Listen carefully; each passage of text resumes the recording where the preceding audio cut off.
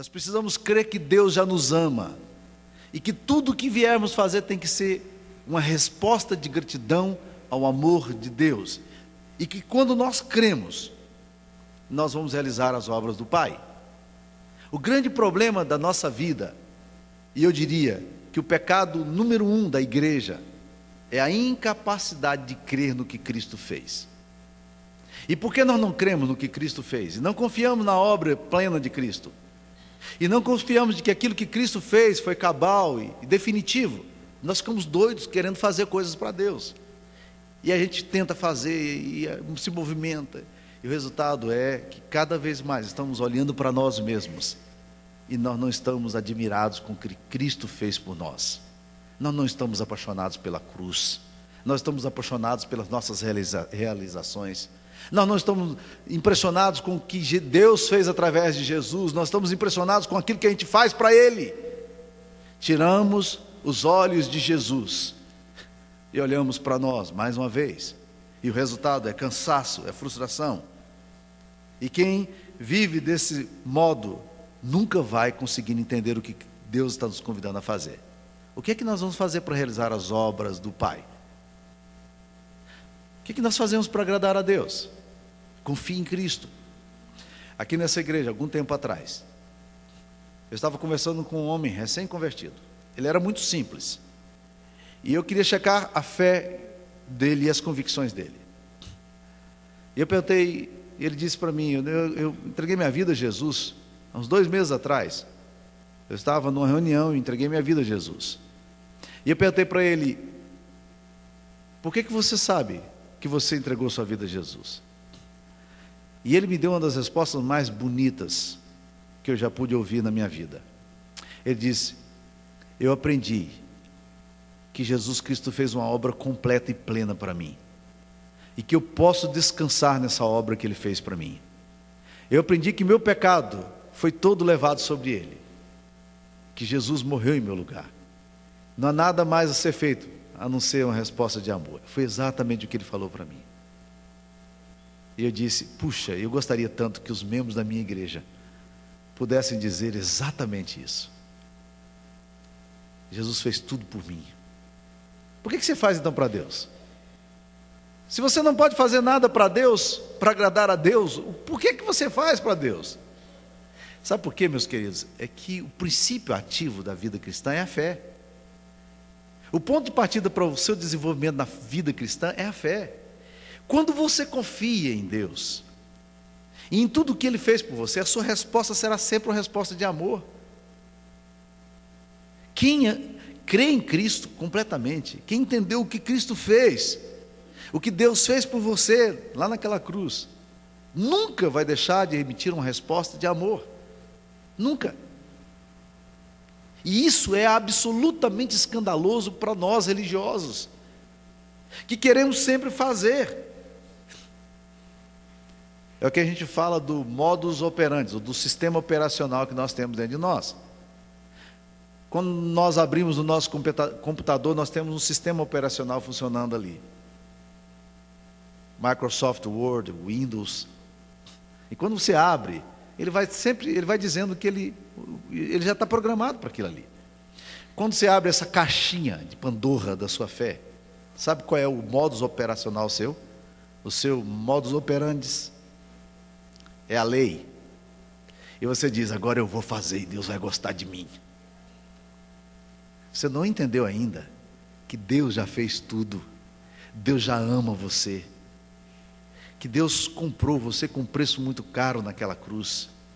E que a obra que nós precisamos fazer para Deus é crer naquilo que Deus já fez por nós. A obra do Pai é esta, que creais naquele que por Ele foi enviado. Ah, pastor, mas a gente tem que fazer muita coisa para a igreja. Se o senhor falar desse jeito, ninguém vai fazer nada. Pô, meu querido irmão, se ninguém fizer nada é porque ninguém nunca entendeu o que Cristo fez. Porque quando um homem pecador, quando uma mulher pecadora percebe que ela foi perdoada, lavada pelo sangue do Cordeiro, ela vai fazer aquilo que Maria fez. Ela vai derramar nardo precioso aos pés de Jesus, em puro gesto de adoração e de louvor.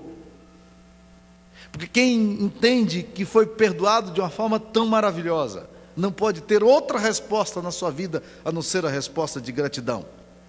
Agora, o que está acontecendo? Quando nós focalizamos naquilo que os homens fazem, é como se você comprasse um carro, mas você está conduzindo um carro sem motor, sem energia.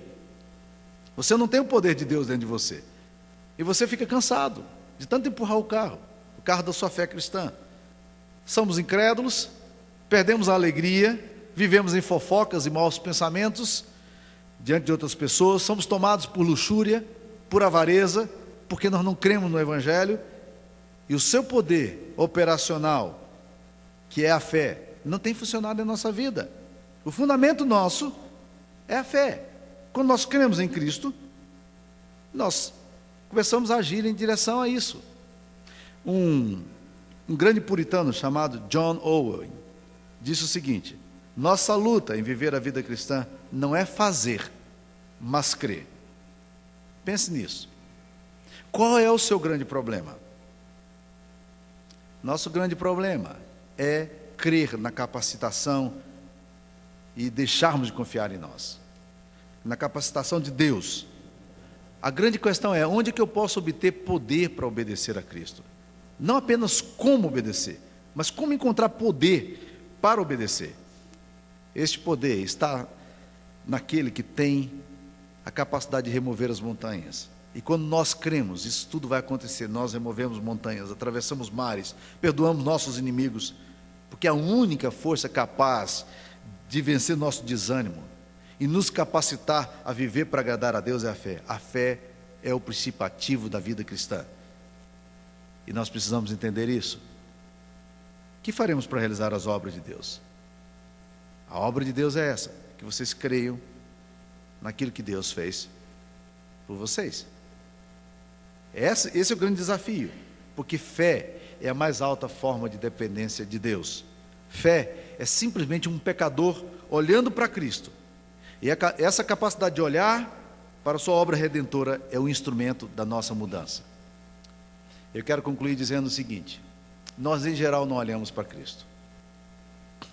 Nós temos dois focos dos nossos olhares, e por isso a gente vive uma vida cristã tão miserável. Primeiro, você olha para o mundo, para a situação. A situação está boa? Você está tranquilo, porque a situação está boa, as coisas estão boas, as contas estão sendo pagas, não está tendo problema em família, e as coisas estão maravilhosas, está indo bem, não está bem. Então eu estou bem, porque está tudo bem. Essa é uma fé situacional. Não precisa ter fé para isso.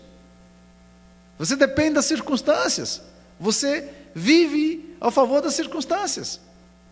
A sua fé depende das circunstâncias, das situações.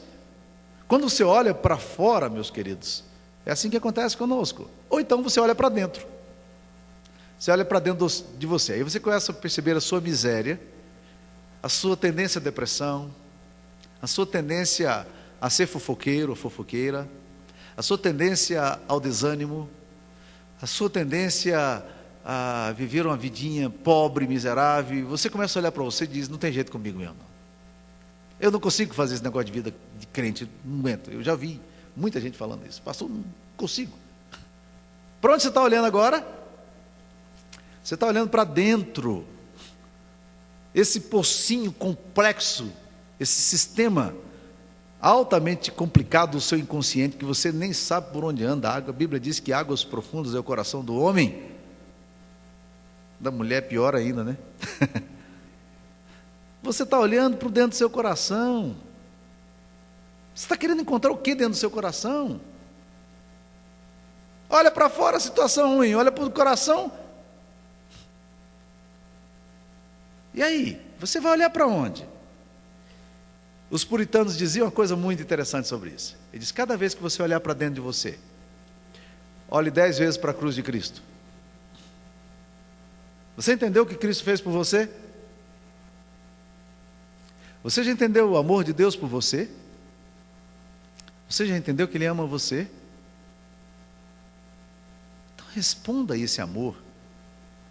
Tudo que você faz é resposta ao amor do Pai.